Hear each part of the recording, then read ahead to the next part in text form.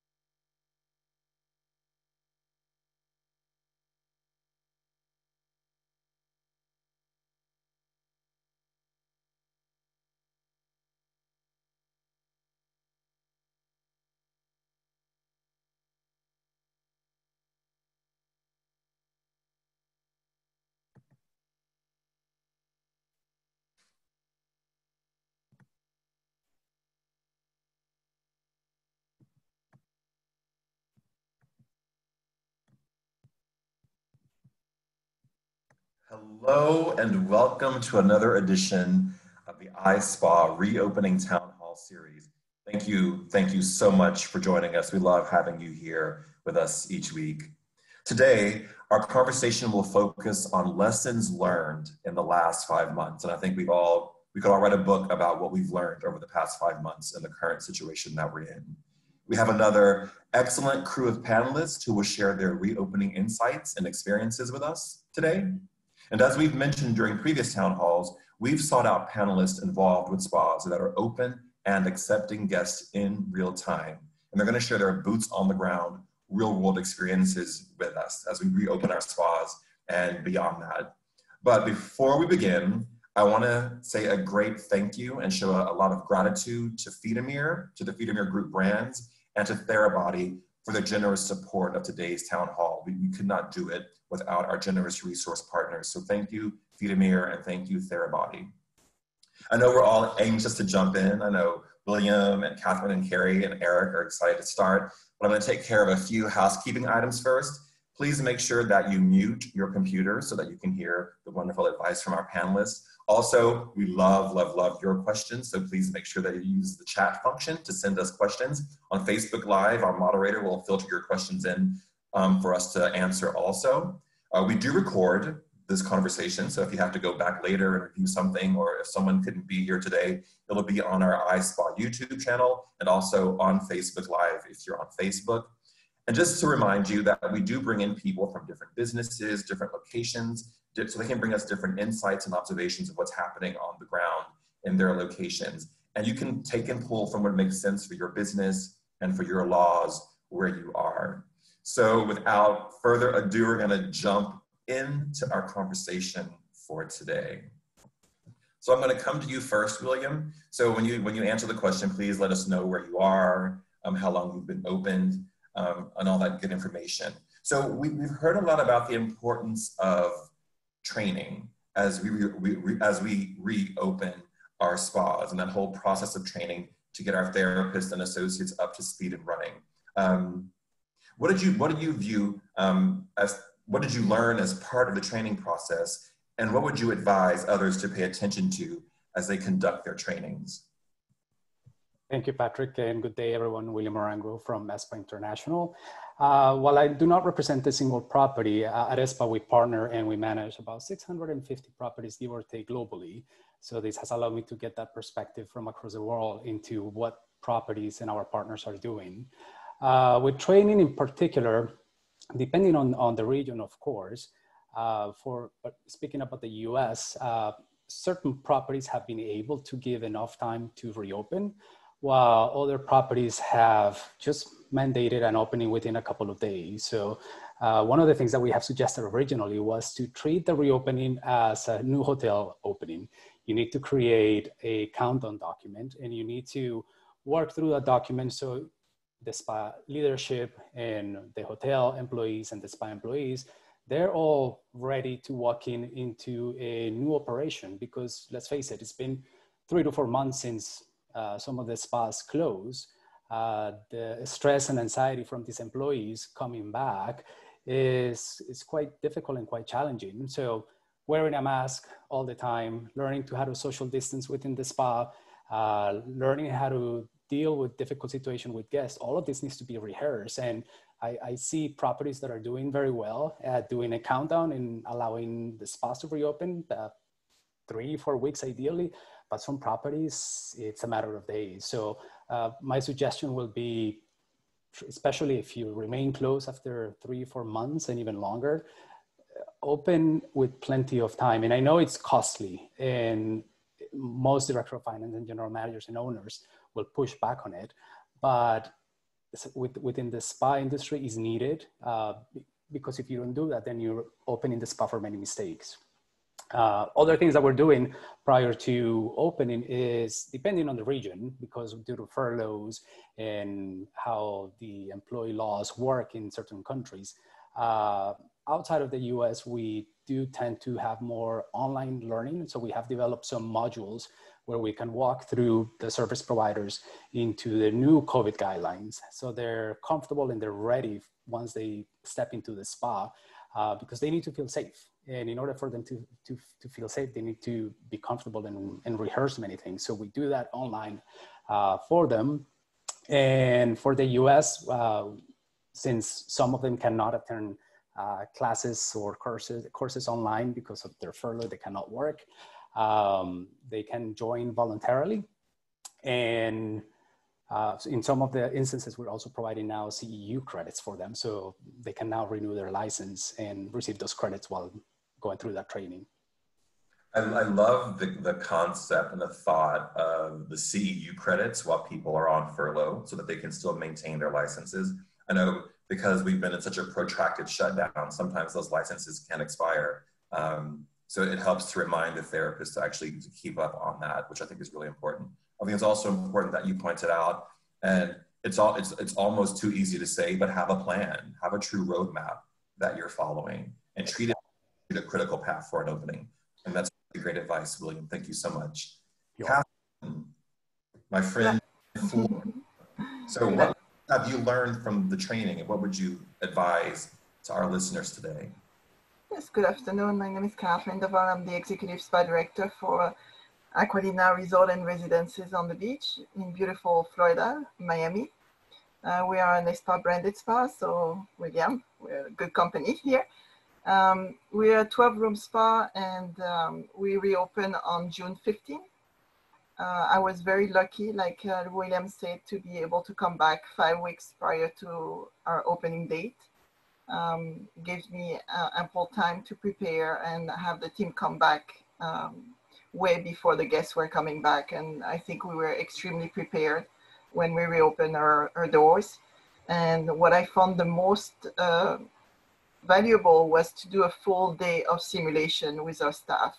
So a couple of days before opening, right before giving them 2 days to rest and absorb everything that had been going through during the simulation day, we did a full day of full books of massage, facials, everybody treating everybody like if they were guests, checking in, checking out, tour of the spa facility with the attendant, and full treatments also to let our therapists be able to experience what it was going to be working with a mask and doing an 80 minutes massage or facial.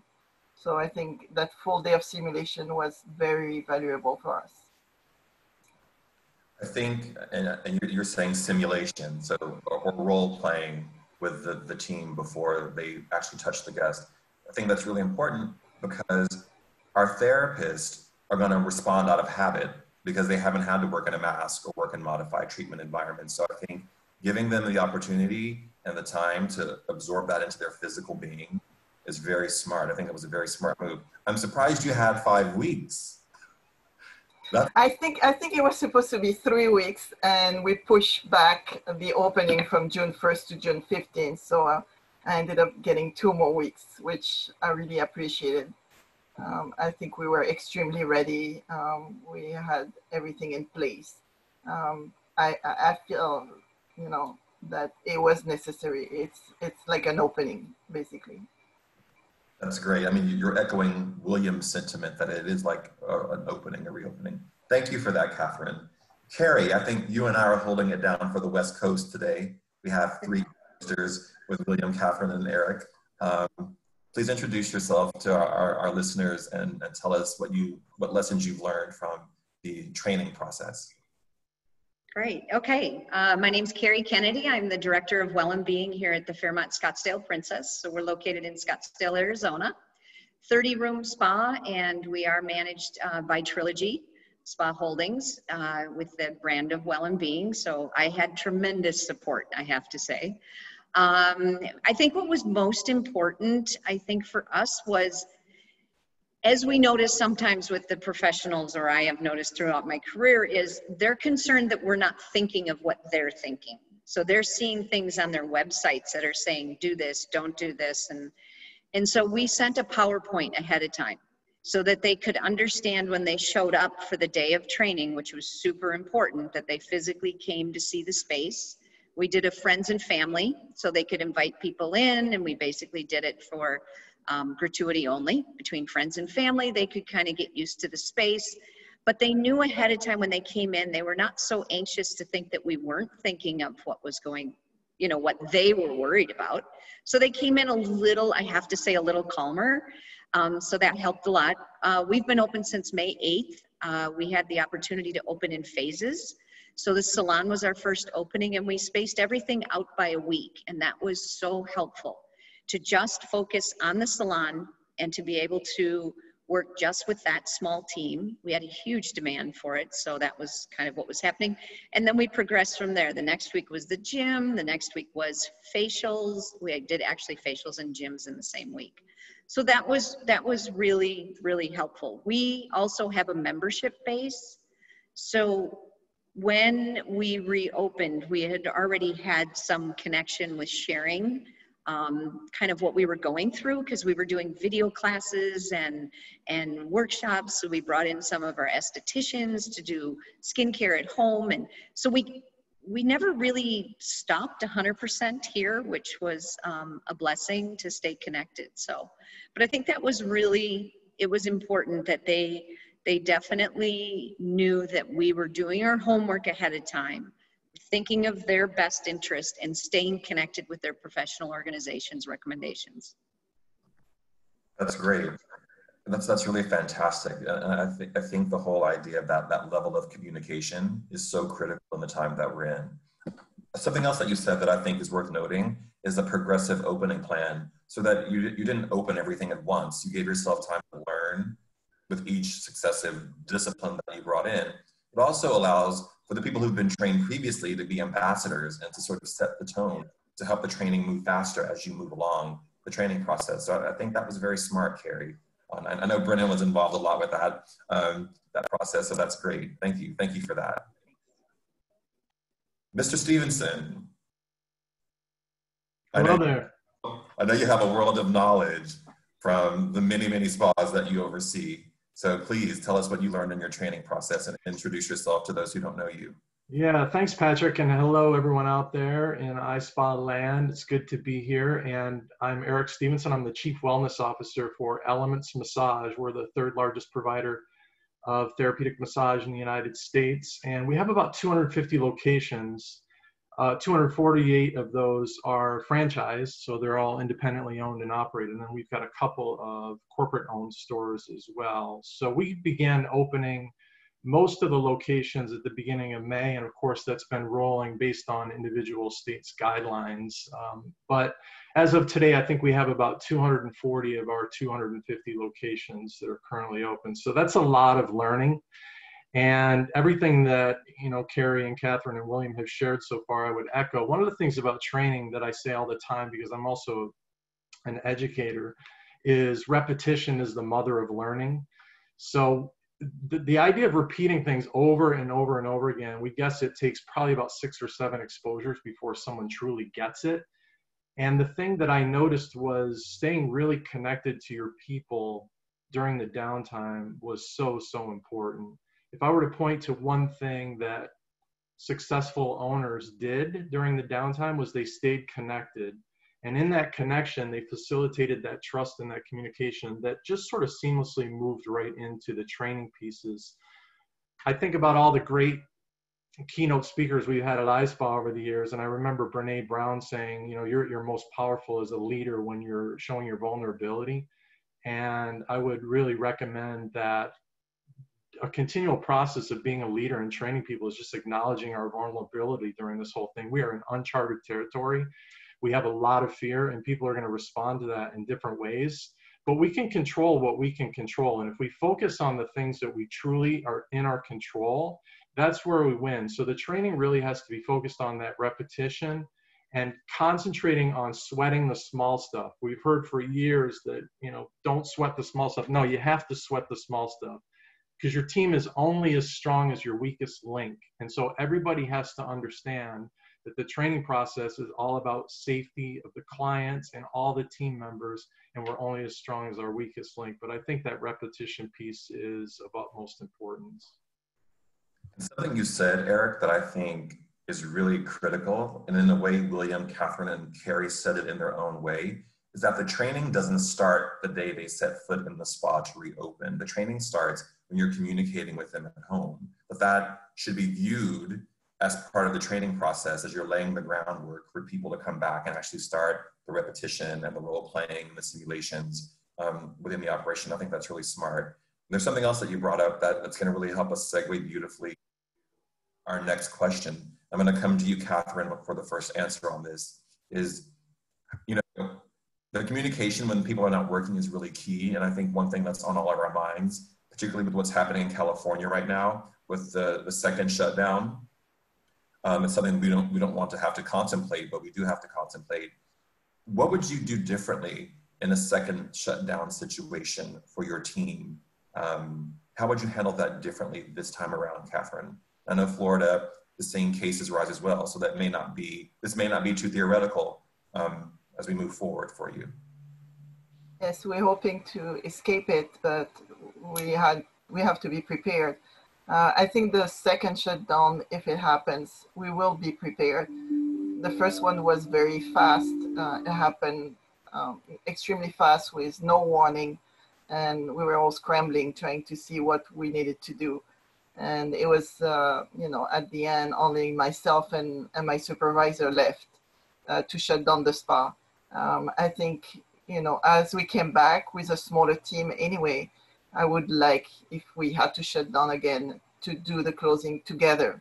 I think it's important to have the entire team part of it to help, you know, bonding through that experience instead of letting them go and then be left to do the entire work by yourself.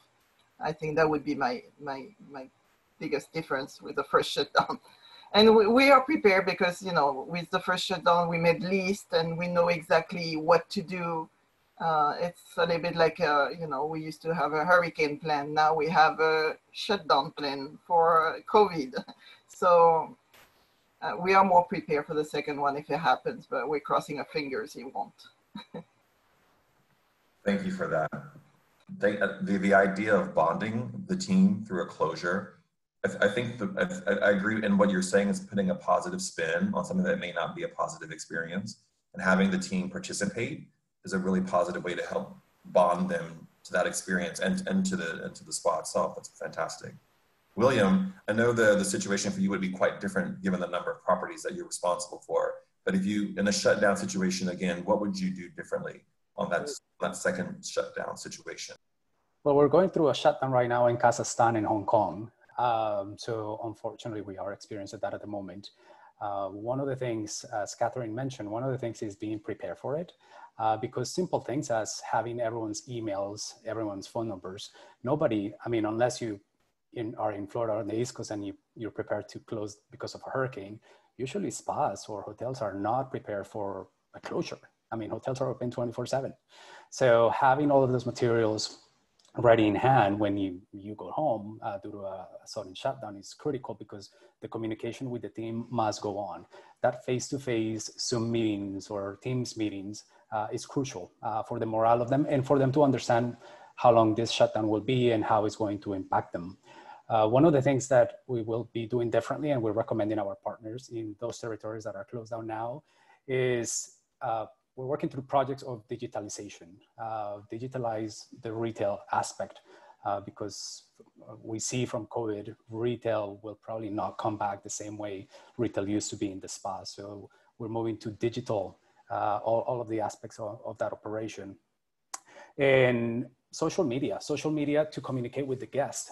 Many of the spas that even are closed right now and that have not reopened, if a guest goes online to search for them or go to their website, we have no information in some of them telling the guest that the spa is closed at the moment, when are we expecting to reopen, and so on. So if we can organize all of those things prior to another shutdown, and then create a social media strategy so we can communicate with the guests and keep the spa fresh in their minds, and perhaps give some wellness tips to them and continue engagement in that process, it benefits everyone. Fantastic advice. One thing that you said that was very interesting, that I think many spas are investing in to prepare for a second shutdown, and there may be more than 2 shutdowns as we move through the process, is that digital retail piece. In our Product Pros Town Hall yesterday, we talked a lot about the support of our resource partners for our spas in that digital space to have a revenue stream in shutdown situations. Thank you for that. Carrie, any insights into that second shutdown, should that come, that you would do differently? Well, we've had a partial shutdown. We had the gyms, open, and then they were shut down again in late June. So we've kind of gone through a little bit of that up and down wave with staff and what we're doing. I think probably for me, the thing I think about when I look back at it is communicating with staff, which, like William and Catherine were alluding to, you can have the time with the staff to be able to do it, correctly. And I also, again, we have the membership base. So my mind goes directly to, we had over 200 people that were still connected to us and that we needed to make sure. So programming, I thought to myself, we were caught kind of off guard. And what is that digital programming that we can do, that digital connection, and how we can make sure that we, have that value. It was really important from my standpoint that we continue to show value of their connection with well and being. So from a membership standpoint, but we've kind of gone up and down a little bit with the gym situation.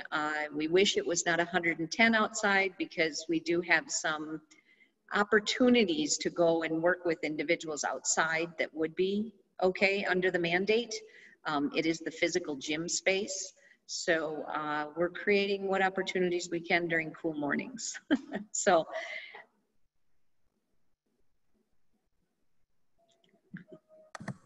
I want to ask you a question, because you have a membership base and you have a regular guest clientele who comes into your spa.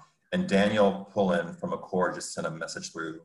And have you guys instituted in Arizona a mandatory mask requirement at this point, or no? We do. We have a mandatory mask requirement in the spa and, during the services. During the gym, we did not have it. What gyms were doing here in Arizona were during public, when walking through public spaces or down to get to your treadmill, you had to have it on, but it was not mandated during exercise. So at this point right now, when we do a one-on-one, the instructor and the guest are obviously more than 6 feet apart, and they are not wearing masks during that time. So understood. And in terms of an expanded mask mandate, are you seeing any reluctance, especially from your members, in terms of having to wear that mask within the facilities, and how are you handling that? No, we're not really seeing a lot of pushback from it. I think they understand. They really do understand that we are working with something bigger than just Well and Being Spa, deciding that this is the way it's going to be. And that makes it a little bit easier all on the staff as they explain that. So it is at this point very manageable and received well. Thank you for that. Thank you, Daniel, for your question. Eric, I know you have a large number of spas. You and William have a whole world of spas that you're dealing with. How would you handle that second shutdown or a subsequent shutdown for your properties if you had to go through that again?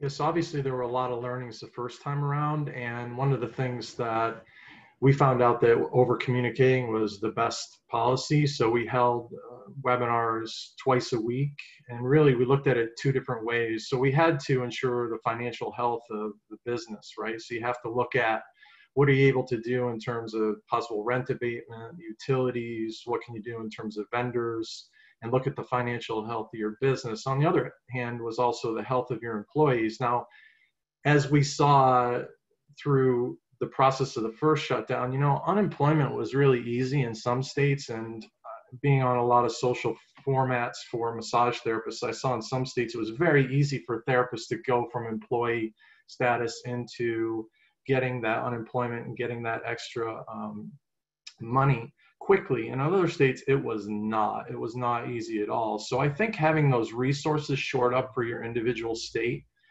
and having all of that information in one place, and then real time as a team communicating together about the challenges, because as your team members go through those unemployment challenges and successes, the quicker they can communicate those little pieces and those loopholes that they have to do, the better, because it's a confusing process. So I think that looking at it in two ways, the financial health of the business, what needs to be done, what concessions can be made, and to take immediate action on that.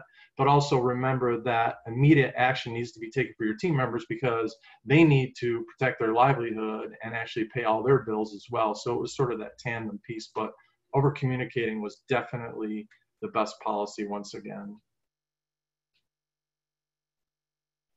Can you just dig a little deeper into the rent abatement? Because for our day spa owners and people who may be in a lease or a commercial rental situation, is that something that you do through your lawyer, or did you do that through just calling your landlord? What are the steps to doing that? It's a bit esoteric, but I think it's important for people who are in that situation, which maybe a lot of people listening today. Yeah, I mean, it could look like a lot of different things because in every situation, you may have a personal relationship with your landlord, or you may have to go through the process of a management company to get there. But I think it's really important, especially from this point forward, to find out who that point person really is, who's in your corner.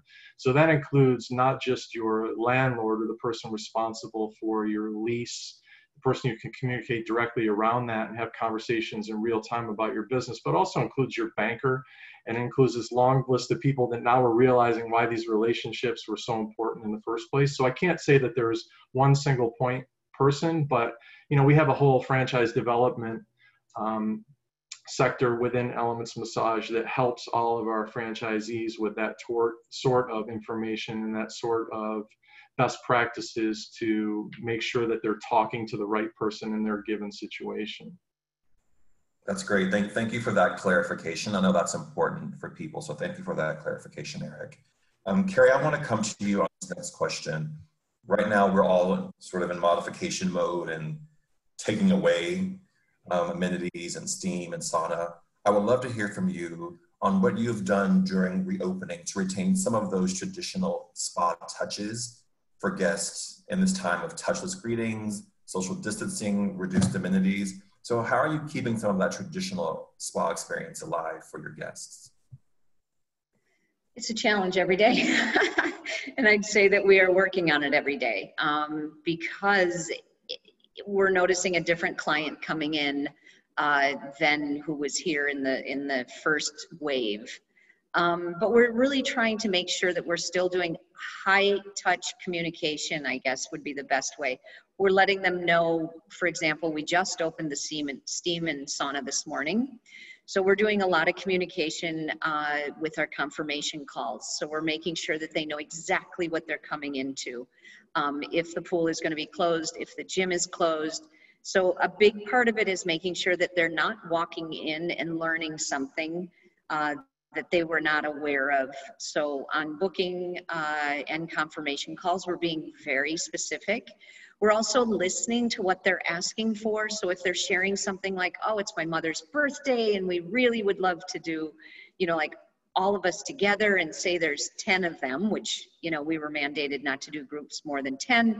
We were figuring out ways to take them again in a more open space and let them do their champagne toast. So we're listening to what they're asking for, and to be honest, doing everything we can, keeping in mind what our new guidelines are and our new protocols, and kind of going from there. So, you know, we're finding that what we're doing right now is we're not allowing guests to stay the entire day at the spa. So they can use the facilities 1 hour prior and 1 hour prior and 1 hour after. And then we're just kind of going from there. If it's a really slow day, we're making sure that they can get that extra time and be up at the pool. And so I guess one of the biggest things we're doing is we're listening and just paying attention to what we can do. And then trying to make sure that we're going above and beyond. So when we take them down to the locker room, we actually have stickers on the locker that actually show them this locker has recently been sanitized. And so we have our locker room attendant take them up and show them how to use the lock so that they can understand. So in some ways, there's a little bit more of a personal touch, especially I would say in the locker room, because we're making sure that we're not letting them group together in one bay and things like that. So yeah, other than that, I got to tell you, it's just day by day. You hit on the word of the century, which is going to be flexibility. Yes. I do have a question though. You said something pretty interesting, and Holly Edgen from Mayborn in Beverly Hills just sent through a question. You talked about having a different type of guest from your first type of guest. Can you talk about what that distinction is that you've seen? You know, I think the first wave, and we were very, very busy. In fact, the salon, we couldn't keep up with the bookings and the availability. People wanted their hair and nails, and facials. Those were the biggies. And so they were pretty much just coming in, and we did not stop the level of our service, but they really were so open. That's okay, not a problem. We just want to go down. We'll go do our facial. No comments. Now we're getting people that are asking and saying, well, if I can't use the spa for the whole day, I'll call back. We're getting a little bit, so the immediate need group was that first group, and now we're getting individuals that really want to go back to that experience of the whole day. So we do still have a small discount going right now on our services so that we can, you know, it helps with the explanation of the shorter time that they can use the spa. But I do hear them asking more, and our team is hearing them ask more about the full experience, what's missing, and so that's changed just a little bit. So I'd say that's the biggest one. That's great. Thank you for that. Thank you for that. That's really great distinction. I think the guest in the beginning may be just happy to be there. They needed it. We all needed it. And then it may put more pressure on us as we keep opening and stay open longer to sort of start adding back in all of those elements to maintain the price points that we charge, to be perfectly frank about it. Thank you for that. Catherine, how are you adding in those touches at Aquilina and those retaining some of that spa experience for your guests in a time when we're taking things out and subtracting right now? So we took out from our relaxation lounges all the amenities, like we used to have tea and cookies. So all that is gone, but we do have signage, you know, letting our guests know that they can have those amenities upon request. And it's more of a personal service. But we've also added some time to our treatment. So usually our treatment had a 10 minutes turnaround time. And because of the added time for sanitation, we added an extra 30 minutes to our treatment time. So now the 10 minutes that used to be for turning around your room is used for more of a wellness consultation with the guest and letting them know how they can benefit from the ISPA product after when they go home. And during that time, we also present them with a little immune booster juice, individually served for them, that is made locally by a company for us, as well as a granola bar, so they can take that also with them in the relaxation lounge. So that's an additional touch that, you know, give that element of luxury at the end of the service, and it helps also with the retail recommendation. And are you seeing a strong retail performance, Catherine? We are trying to close the sale now in the room. Before it was more of a suggestion, and then it was up to a receptionist to close the sale. Nowadays, trying to avoid touch point and guests touching the product, we are encouraging our therapists to really close the sale in the treatment room during that little 10 minutes time that they have to enjoy the immune booster juice as well as the granola bar. And we see a good retail rate happening right now. Another element of luxury, I think, for us is really showing our guests how much we are looking to enhance the sanitation in the spa. So we partner with Rejuvenate.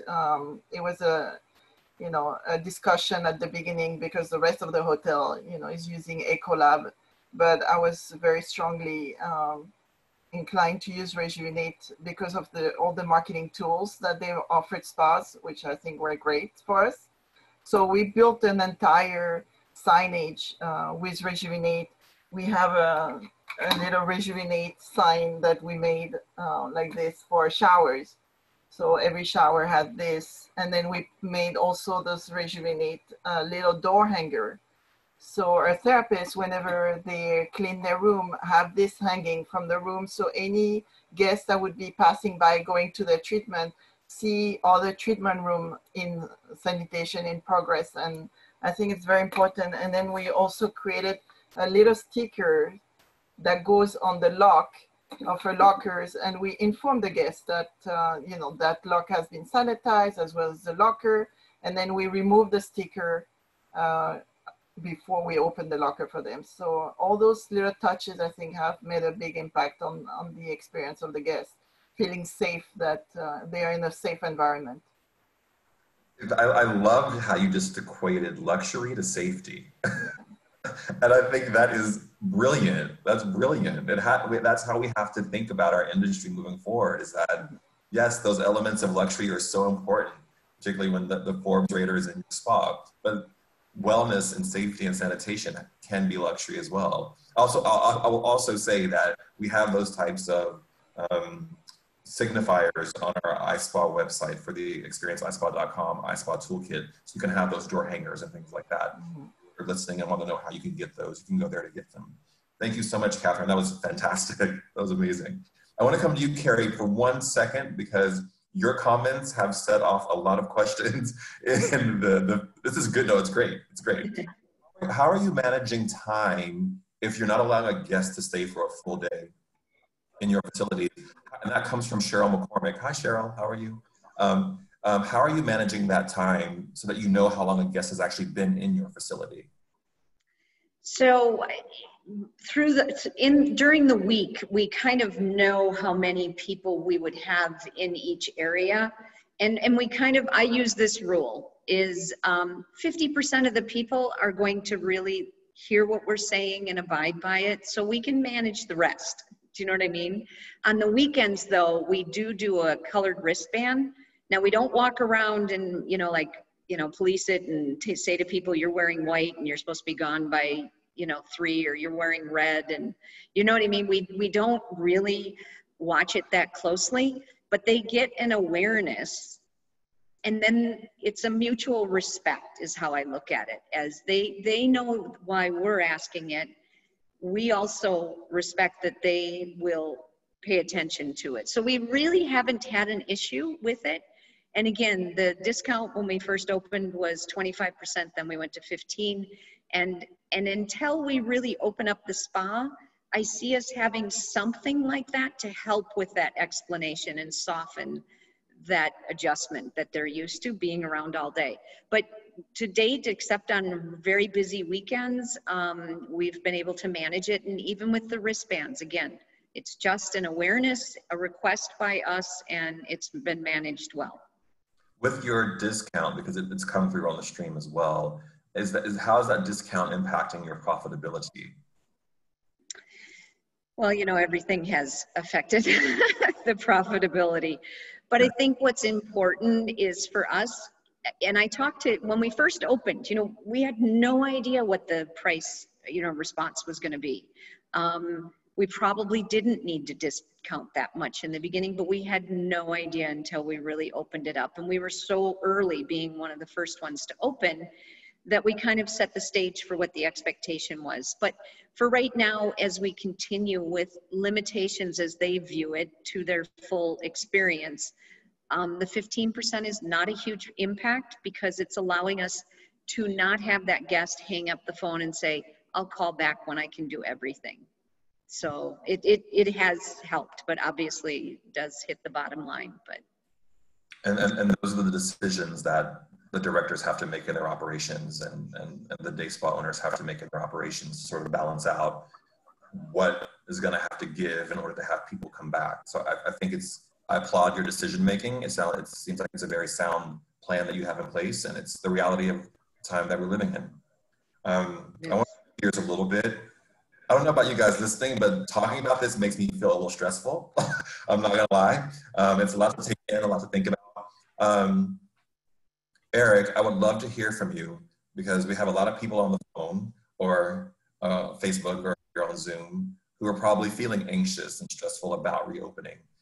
What would you say to our directors, our leaders, about how to manage that stress and take care of their mental well-being and stay re-energized during this process and time? Yeah, well, it's a subject that's near and dear to my heart, Patrick. You know, I read a Census Bureau study back in May that said currently, according to their data at that point through March and April, that 1/3 of Americans are suffering from clinical signs of anxiety and depression. So this is a huge problem that actually started a while ago. You know, the World Health Organization was saying that by 2030, anxiety and depression are going to be the disease with the biggest global burden. Well, the good news is spa really helps with that. And from an evidence-based research approach, you know, massage, of all the conditions out there, the meta-analysis of massage therapy shows that for anxiety and depression, we can unequivocally say this stuff works. So what we need to do is get that message out to the people that need it. And guess who that includes? All of us. So I can't tell you how many times, you know, I'll go to a conference, I'll be having a conference call with a spa director or a massage therapist to say, you know, when's the last time you got a massage, or how are you handling your mental health? And, you know, it becomes such a practice for some people, whether it's meditation or some of the other things that we know are evidence-based. You know, there's a lot of things out there that are evidence-based when it comes to massage, when it comes to gratitude, when it comes to appreciation. But I think that, you know, for myself, I noticed in May that my mental health was starting to decline because I lived alone and I was really struggling with isolation and the effects of that. And I reached out for help and to my friends and my social support network. And I said, hey, you know, I'm not going down a good path here. And I think that that's really important to keep a tab on yourself and notice when you start to go sideways. And when you go sideways, you have to reach out to people. You have to get that support. You have to get that connection and realize that it's ubiquitous. We're all there. We're all there. And on any given day, you sit either a 1 or a 10.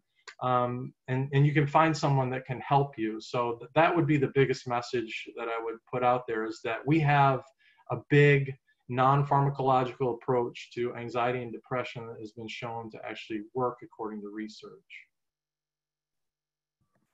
Wow. I mean, I think you hit it on the head. You have to reach out when you need help. You have to make time for your mental health.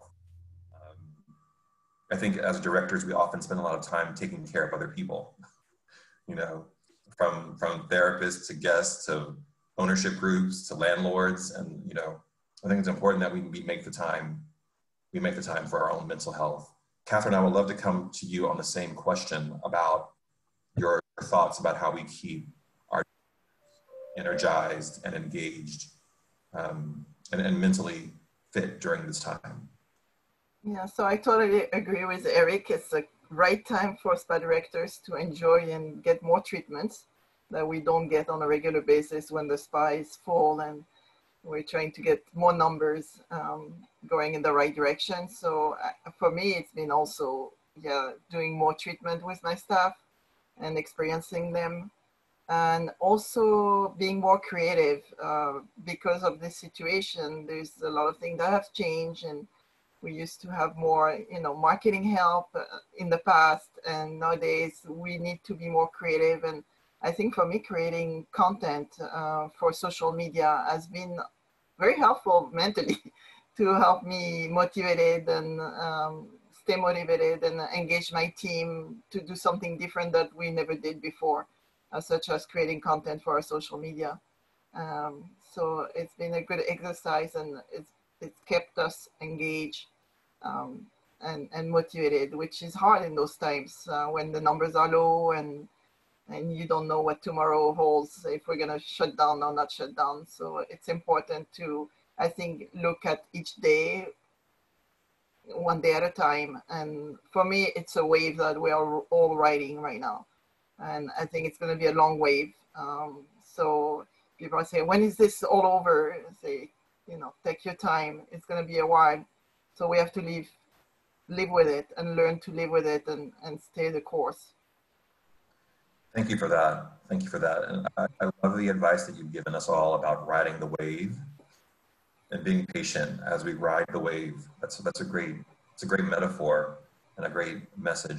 And I'm going to come to you, William, on this question. And I'm going to say, when the ISPA staff puts together these questions, we don't make them up in a vacuum. These are the questions that we're seeing come through our website. So these are real questions for people who are trying to manage very difficult terrain, and sometimes we all need a little help. We all need a little, someone to be in our corner or shoulder to cry on. I've cried on many of my SPA director calls with my director team for Montage. I'm not embarrassed to admit that, but it's the reality of where we are right now. So this is a real question. And if we're going to be the prophets of wellness, we need to live it ourselves. So William, any advice that you have around this topic would be very much appreciated. Well, we have created through our social media, Instagram and YouTube, we have created some sessions regarding mindfulness, positivity, and meditation. I personally enjoy meditation, and that's something that I've been doing more regularly in probably the last year, and it's helped me quite a bit, especially during these times where, working from home, not traveling, not socializing. We do need that support. And when I speak about the support from the team, on my team directly, one of the things that we made mandatory is on our Teams call, it's mandatory to have cameras on, because we want to see each other. We want to see each other's faces. We want to see those micro expressions in our faces and feel more connected. So I think that's crucial, that communication face to face, at least even if it's virtual. I love that. Have the camera on. Let's talk face to face. We keep each other human. Thank you for that. Carrie, any thoughts from you on this topic? Oh boy, it's interesting because what I was noticing is that I was spending so much time in the back of the house and paying attention to every protocol. And did you turn in your check sheets? And I finally, after a couple of weeks, went, oh my word, I'm forgetting what my role is or what we do here. So sometimes to get myself out of my funk, I go to the front desk and I check guests in and out just so that I can hear them and see the smiles when they leave. That re-energizes me. I literally will stop guests because my office I see them when they're walking out, and I'll just say, how was your day? And to hear them share how important the visit was for them, to get back to touch, to get back to, what the spa offers to so many, that rejuvenates me. And so sometimes I have to force myself to get out of that little stuff. And I use humor a lot. And even though it's a touchy time right now, and you kind of have to really, I just try to get the team to kind of understand, that how creative we can be with rubber gloves, or, or just as they're getting ready, and they were very excited because we did go with the black glove. They felt that it complemented their whole outfit. They literally were excited about that versus the blue. We just have to do whatever we can do, but that's really been it's been helpful for me. And again, you hit it in the beginning, Patrick, when you said flexibility. It just is what it is. We are where we are, and we still have such an important part of helping people, and this next level of people looking for how to take care of themselves. I'm excited about that we get to be part of that, so. I'm going to switch gears with you, Carrie, for 1 second, because again, one of your comments has sort of brought in some questions on the Zoom feed. And it was a question I had. So You said that you are reopening your steam rooms for your guests. How are you shifting that? How are you cleaning that space? What's your process for that? And I know it's kind of a, again, we're going through a couple of days to see how this goes, but basically what we're doing is we're using a product that actually treats the entire area, disinfects it, and then seals it. So we're going to do testing every couple of days to make sure that that is still true in that moist environment. There will be no more than 2 people. We will monitor. Our space is rather big in the sauna and steam, so no more than 2 individuals in there at a time. And every hour, our attendants will be in there to wipe down, again, with another product that is non-chemical. We're keeping chemical type, heavy chemical type things out of there. So they will be wiping down all surfaces on the hour. So I'm excited because we have something to measure it by going in and doing this testing, and we'll see how it goes. So I think that's one of the biggest things that our members and quite a few of the guests, calling in on the phone, there was a big disappointment with that. But as we all know, that is kind of a touchy environment with everything that we're learning about this. So we're hoping that we can educate the guest, take our best shot at maintaining it, making sure that it is safe. A week from now, we may say, you know what, let's just, stay where the course there. But we're feeling comfortable with the process and the protocol that we have going right now. That's great. That's great. Thank you for that, for clarifying that. So we're almost to the end of our time, and I want to end this on a upbeat, happy note. We've talked about shutting down again, which I'm sure all of us are like, oh, shutting down again. But I want to come to you first, Eric, on this. It's a tough time. We all know that. We recognize that. What do you see as the silver lining in all of this? Yeah, well, there's a huge silver lining, and it's sort of a paradox, the story I've been watching since we reopened, which is at the heart of what we do, and Carrie just mentioned this a moment ago, the therapeutic alliance between the client and the therapist is where all the juice is. And they've done a meta-analysis of psychotherapy. They've shown that it's not the psychotherapist technique, it's not the modality, it's not the approach, it's the personhood of the person that's doing it. And so what I've watched in our own system is we track our net promoter score. And you would think in a world where there is curbside check-in and there's temperature taking and mask wearing and all of this process, that your net promoter score, your client satisfaction might decrease a little bit. It's at record levels for us. It's jumped 5 points. Our employee net promoter score has jumped almost 10 points. And our conversion, taking first-time clients into membership, is at the highest it's ever been in our company's history. So this is the story going forward. It's like, how do we take that level of presence and focus and attention that we're providing right now in a hyper-focused way? We're focusing on all the important things. How do we carry that not just through this crisis, but into the future, so that we can really create that alliance in a way that speaks to the true value of wellness in a world where prevention, immunity, flexibility, everything we've talked about today are going to be right here in the front of people's mind, not an afterthought or something that they just do on a Saturday afternoon. So that to me is the telling story that I'm seeing unfold here. That's great. That's a great silver lining. Thank you. Thank you. William, your thoughts on a silver lining? Well, for us, has been definitely the speed of digitalization. I think these closures and the current situation we're all in is giving us the time to really step back and reflect and see how the new spa business is going to look like moving forward. We will always have massage, we will always have facials, but as I mentioned before, I think the retail aspect of it is moving to the digital space, and more companies are doing this quite rapidly. So the whole pandemic is accelerating that pace, and we just have to jump on it. Thank you for that. Thank you for that. Catherine, the silver lining in our current cloud. Very much like William, we went digital very fast, much faster than we would hope for in a regular time. We now have wellness form on the tablet. We do have also checkout digital, and our therapists now also have the ability to check all their appointments on their personal device rather than congregating into the prep room. So it has pushed us into digital world much faster.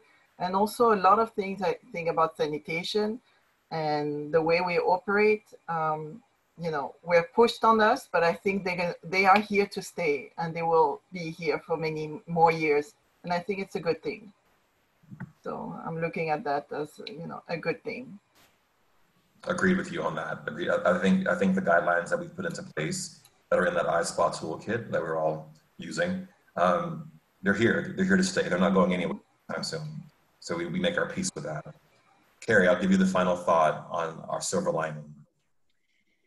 For me, yeah, I alluded to it. I'm excited for the future, that we're already an established industry that really is going to make an impact to what people are going to need to pay attention to. I think, you know, again, the immunity, taking care of yourself, you know, for us, the fitness opportunities, what we can do to teach more in education with nutrition. And so I'm very excited about the fact that we have that established relationship and brand that we can help people in the future, because I would love to alleviate some of the fear and give people more power to impact their own future and their own health. Yeah. Thank you. Thank you so much for that.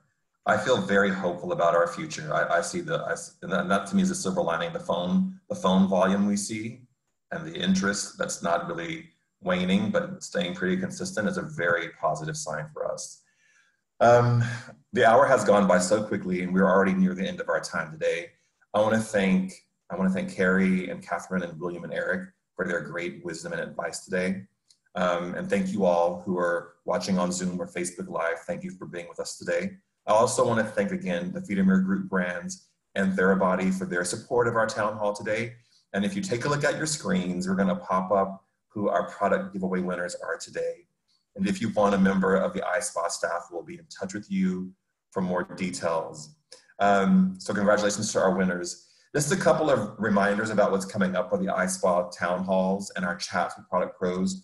So next week, we'll have a reopening town hall on Wednesday, July 29th. We'll have a chat with product pros on Tuesday, July 28th, both at 2 p.m. Eastern, so please be there. We love having you here. We love your questions.